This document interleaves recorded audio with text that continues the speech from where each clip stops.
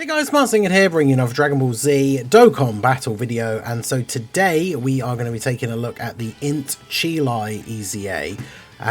Now, this unit is interesting because very much like when she first came out, she definitely has some very useful utility for the teams that she's on, but she's not on a lot of teams. So for this initial showcase, I do want to show her off on a proper category that she is actually on. But I think one thing I'll probably do going forward, probably as a video for tomorrow, is I'm going to try her out on some teams just off lead and see how we get on, because she's a support unit that basically doesn't do any damage, right? She leads Bond of Friendship for 3 key 150, and her super massively raises defense for 1 turn, so it's 100% raise, supreme damage, seals, and has a high chance to stun. So a lot of utility for events where status effects are applicable to the enemy. Her basic effects, 3 key, defense 339%, so no attack. She has a scouter unconditionally, so she just foresees enemy super attacks, so that's really good. Randomly changes key spheres of a certain type to rainbow, so she's a rainbow orb changer. Great chance to evade enemy attack, so 70% chance to dodge. All allies 3 key, attack and defense 39%, and chance of performing a critical hit 20%, self-excluded. So she's not only giving basically 40% support, but also 20% crit chance to the allies on the rotation, which is really good. For every attack evaded, she gets 139% extra defense within the turn. And then every time she dodges 3 attacks, she recovers 39% HP at the end of that turn, and that can happen 3 times in the whole fight. Once you've evaded 6 attacks for the first time, this is a once only trigger, once she's dodged 6 attacks, you then get all allies attack and defense 39% for 3 turns. So it's like a one-time thing. So if you can time that right, depending on how you're using her, like if you're floating her or depending where you're putting her, like you can kind of deliberately put her in front of a certain amount of attacks to try and have some control over when she's going to get the 6th dodge. So that could be very helpful. When she receives a normal attack, she gets 139% extra defense temporarily, and then when receiving a super attack, she has an extra 10% chance to dodge temporarily. So she has an 80% chance to dodge super attacks. Obviously the ideal build for her is just full dodge, and then I put the rest into additional, because even though she doesn't do any damage, at least she massively raises her defense again. Realistically though, the damage is not important at all. I probably should change her silver orb to just being dodged, so that would put her up to 30, because remember, this doesn't stack with her passive, so she has an extra 25% chance to dodge. So she's only on what, 3 categories: Bond of Friendship, Peppy Gals, and Space Traveling Warriors. Peppy Gals doesn't really have a team at the moment. Roshi is like not really viable. Space Traveling Warriors is an interesting one if we start to get some more buffs for like an extreme Space Traveling Warriors team, because remember, Cheelai supports all allies and technically is an extreme unit anyway, right? So, you know, a future villain team, like if we get a Dokkan Fest Baby or something like that, a future villain team that includes Space Traveling Warriors as part of the leader skill would benefit from her quite a bit. But we're running the double Tech, Kale and Caulifla team because they lead Bond of Friendship, obviously only for 170. Literally, Roshi is like the only 200% leader for Cheelai in the game. So we're going to see how we get on. So you can see we start off, we're at 239k defense. So obviously not anything crazy. She very much is a dodge or die character. I mean, if she gets hit by a normal attack, then obviously she gets 139% extra, which would put her up to 571. But obviously, you know, with the enemies that we have nowadays, I mean, the first phase of this stage, the Divine Wrath, Mortal Will, Boss Rush, she probably would be okay, but I guess we'll see. So we'll go ahead and do this, and then we'll do this. So I'm just running a sort of random Bond of Friendship team. I threw the 10 years on here, UI Goku on here, because the Kale and Caulifla want Universal Survival Saga allies, so the AGL and Tech UI are on here as well. It's kind of weird for Cheelai to do a showcase, because she is a support unit through and through, who... there's very few units in the game like her, in the sense that she's here giving all that support, not just with the stats, with the Scouter, which is obviously super helpful, but then also the fact that she doesn't get any attack in her passive. So in terms of like, just like on release, of any unit that is even arguably usable or not, like in the meta, she like has got to be the weakest hitting unit like in the meta. She does no damage at all. But obviously that's not what she's on the team for, right? So not doing any damage doesn't necessarily make her bad in any way, shape or form, because she does so much other stuff, right? She's giving everybody the 39% support. The 20% extra crit chance is pretty nice as well. You see here we get a crit with the Goku in slot 3, which is nice. And then, yeah, the timing of the dodges to get the 6th dodge and get the stat increase will definitely be very, very nice as well. So, let's do this. We got, what, it was 3 dodges on the first turn. So, I guess that's the thing. You want to try and, if possible, save the 6th dodge for a bit deeper into the fight when that extra support would be helpful. But, obviously, in a non-showcase scenario, you're not going to be running her on rotation, realistically. We're going to be throwing her in slot 3, and a lot of the time, you know, sometimes it's, you know, it's all RNG, sometimes it's heavily weighted towards the end, but most of the time, most of the attacks are at like the first half of the turn, or like slot 1 and 2, so you should be able to get through her first couple of appearances, bearing in mind, even if she's on turn 1, if you're floating her off, she's not going to be back again until turn 4, and then turn 7, so, you know, if you can set it up so that she gets that 6th dodge, even on like turn 4, that's then going to proc, and so then for your turn 5 and 6, you're going to have this extra support for the allies on the rotation. That's 900k from Rose to Tech Kale and Caulifla. Oof. Okay, so we're back. I had to jump back in. Shout out to Prof, shout out to everyone in the Discord. I had to get people to set Tech Kale and Cauliflas for me, because funnily enough, you don't find them on the friends list very much. Good old Dokkan friend system. One day we'll be able to just copy our own friend lead so we can run any team that we want. But yeah, who knows? It's not this day, as they say. So obviously one of the most useful things about Cheelai is that she has a scouter. So you can see here for this turn, right? Zamasu's not supering. Rose is supering in slot 3. There's enough attacks here that we are going to dodge. Her first turn was 3 dodges again, just like the previous run. Or the previous clip, but as you can see there's like 5 attacks coming her way this turn, so we should see actually once she dodges the first 3 attacks from Rose, I think it was 3 last turn, worst it was 2, so once she's dodged the Rose attacks, then we should get the buff, and you should see the actual stats on the rotation go up, right, because I believe that it is activated instantaneously. So we'll go ahead and see what happens here. So, okay. Well, there you go. So if you don't dodge, 629k from a normal, and that's with her getting the bonus 139% for receiving a normal attack. Man, well, that's disappointing. I'm not going to be able to find another tech. Oh no, there's another one. Who's this one? Shout out to Orin. Okay, so we'll give it one more try here. I mean, this is the thing, like, the Tech Kale and Caulifla team, it's not necessarily terrible. Like, Tech Kale and Caulifla obviously got a very good EZA, but just having to run them as a lead and only having the 170 lead is not ideal. So yeah, let's see what happens if we try this again in slot 1 for Cheelai.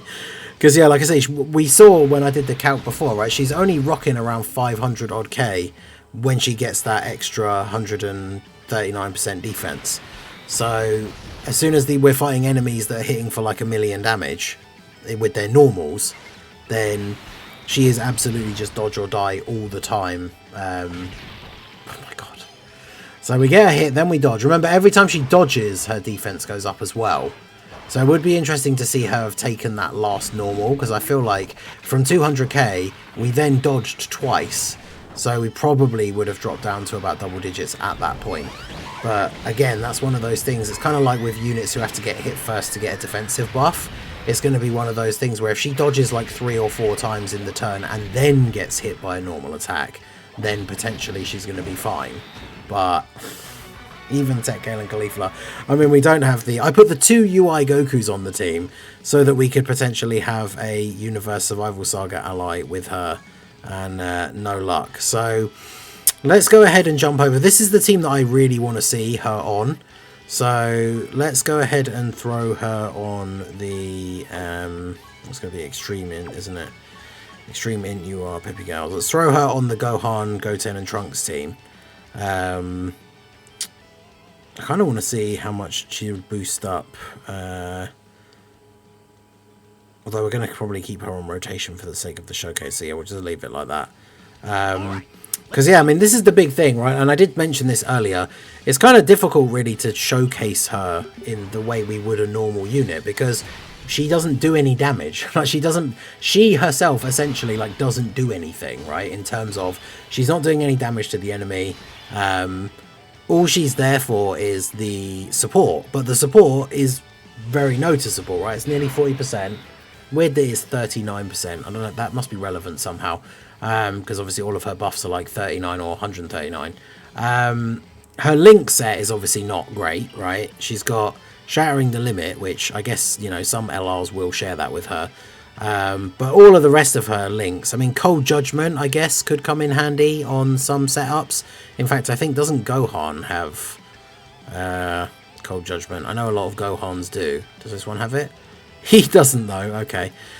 So yeah, her link set's not exactly great. We don't really have the best starting rotation here either, because we didn't get either of the Gohans on the rotation. So I want to keep her here, because the thing that will be quite funny for these teams, like running her off lead, is like when we get Goten and Trunks out on this team, and they hit like an absolute truck. Although I suppose the flip side to that is that Goten and Trunks get more of a buff the more youth allies there are on the team, which obviously Cheelai is not. So maybe this team isn't the best example of a team that will hugely benefit from her being on it, but obviously the Rainbow Orb changing is massive as well, because that's all the things that she's bringing to the table. 39% attack and defense, 20% crit chance, Rainbow Orb changing, and a Scouter that has no condition at all. Like, she just has a Scouter, so every time she's on rotation, you can see where the super attacks are. Like, that kind of unit is incredibly valuable in a lot of these difficult events. But the flip side is, of course, like, not only does she not do any damage, which isn't super important, but her link set isn't great. Obviously, she's not on a lot of categories, so you are going to be running the risk of, like, throwing her on these teams, but she's not going to have a leader skill, which I think will still be manageable to a certain extent, but it's obviously not, like, ideal. But, I mean, I guess it is what it is, right? Like, there's going to be certain events. Any characters who are heavily dodge-based, there's going to be events where you can take them in, off-lead or not, and they're just going to dodge everything and therefore never cause you any issue. Or you can see, as we saw in that previous clip when I was all excited to get started again with another Kale and Caulifla friend, and then she instantly didn't dodge the first attack of the turn that came her way and then died. Which could very much happen if you jump into one of the actual difficult events and you've got her on the team, you're running her as a third slot floater, she's there in slot 3, and then she just doesn't dodge the first attack, especially off lead. That extra 139% defense isn't going to make any difference, right? She's just going to get one shot, especially in the tougher content. So yeah, she's kind of a weird unit to try and evaluate, because it's very similar to her initial release, where she's super useful if you just throw her on a team because of everything that she brings to help support, like the utility and everything. But she herself is not doing any damage, can die very easily, and yeah, is on so few categories that if you want to throw her on some of these other teams to take advantage of that utility, she's not getting the leader skill. So she is dodge or die in the truest form, because even like a single normal, unless you've already dodged multiple attacks beforehand, but I think if you're in the scenario where you're running her off lead, even if she does dodge a couple of attacks first, her starting defense is going to be so low that getting 139% even like 3 or 4 times isn't going to make a huge difference to bosses that are hitting for, like, you know, 1.5 million. Like, that's not going to make any difference, right? She's going to get absolutely destroyed. So she's an interesting unit for sure. I think the thing is, I said this with Farsha, right, where it feels like they kind of EZA'd at the wrong time. Like, Farsha could have really done with us already having a new, like, Bardock, like a new team specifically that would be really good for her to be run on. And Cheelai kind of feels the same way, right? Like a new Space Traveling Warriors leader would be really good. I mean, even Peppy Gal's having an actual proper team, because we don't really have a proper leader. Roshi's pretty outdated at this point. Like, it feels like with the timing of this banner, like, if the next Dokkan Fest is either a Peppy Gal's character, a Space Traveling Warriors leader, or a Bardock type sort of setup, then maybe some of these newer units, like, because Bardock, I think it's on Space Traveling, like the Bardock team are all on Space Traveling Warriors, I think, right? So imagine a new Bardock that parts of his leader skill involve Space Traveling Warriors, and like maybe like Pure Saiyans. I think that probably already exists. I can't remember what. There's a lot of overlap there, I think, between like Turles and Raditz as well. But either way, Space Traveling Warriors and then like Pure Saiyans maybe as something, as part of like a new Bardock leader skill. Then both of these Peppy Gal's EZAs would be on his team, and obviously would be good additions like with the utility that they bring. But for now, like, Cheelai just doesn't really have a team that she goes on in terms of her actual, like, the categories that she's on. So I feel like you're just always going to be very much running the risk of, like, you're running her on a team where she's going to have that potential of dying more often than not.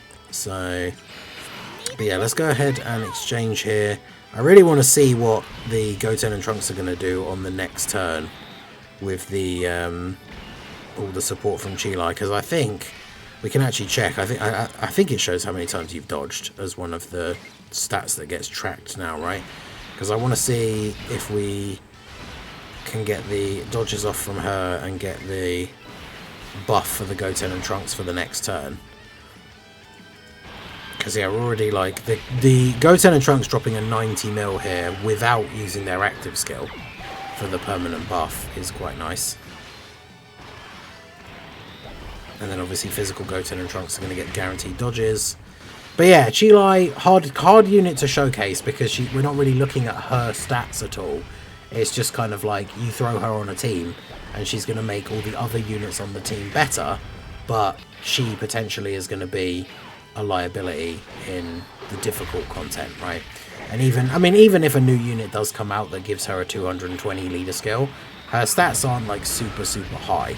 So, you know, they gave her some interesting things, like getting the 139% extra when she takes a normal could be very useful. Again, like on a full 220 lead team, because remember, she does also massively raise defense on super, so post super attack, like if you're not using her as a slot 1, she is basically doubling her defense when she attacks.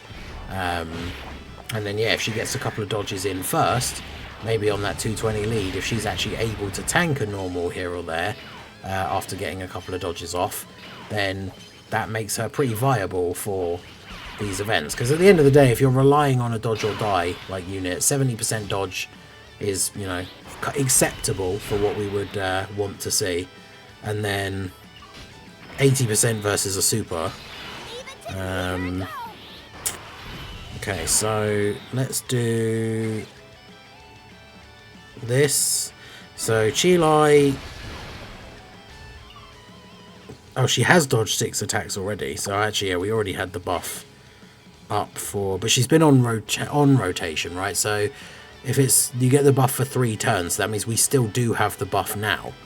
So if I go ahead and use your active skill, so this is my 55% Goten and Trunks on rotation with Cheelai, with the support they're going to get from her. Oh, we can't get 4 orbs though. That's super annoying. Well, we can get 4, but we can't get 4 type orbs. Bruh. So they're not going to be hitting their hardest, unfortunately. Oh well. It is what it is, but they've got the support from her and they've got the support from Pan. So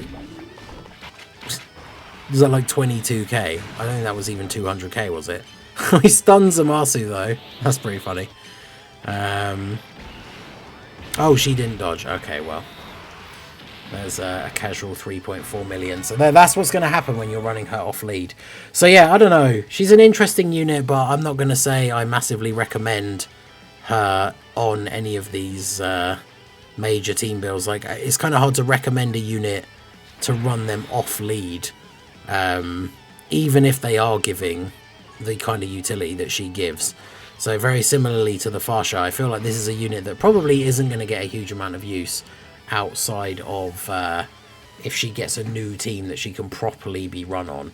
And the sticker effect, unsurprisingly, is not very impressive either. But there you go. So let me know what you guys think down below in the comment section. What unit would you like to see released? That would be a great new leader for her. I definitely think an extreme unit that leads space traveling warriors with a new setup would be very cool. But let me know what you guys think down below in the comment section. So that is going to be it for the video, guys. This has been the Masked Ningen. Smash that like button, subscribe to the channel if you are new. Check out the links down below, and I will see you all again soon. Have a good one.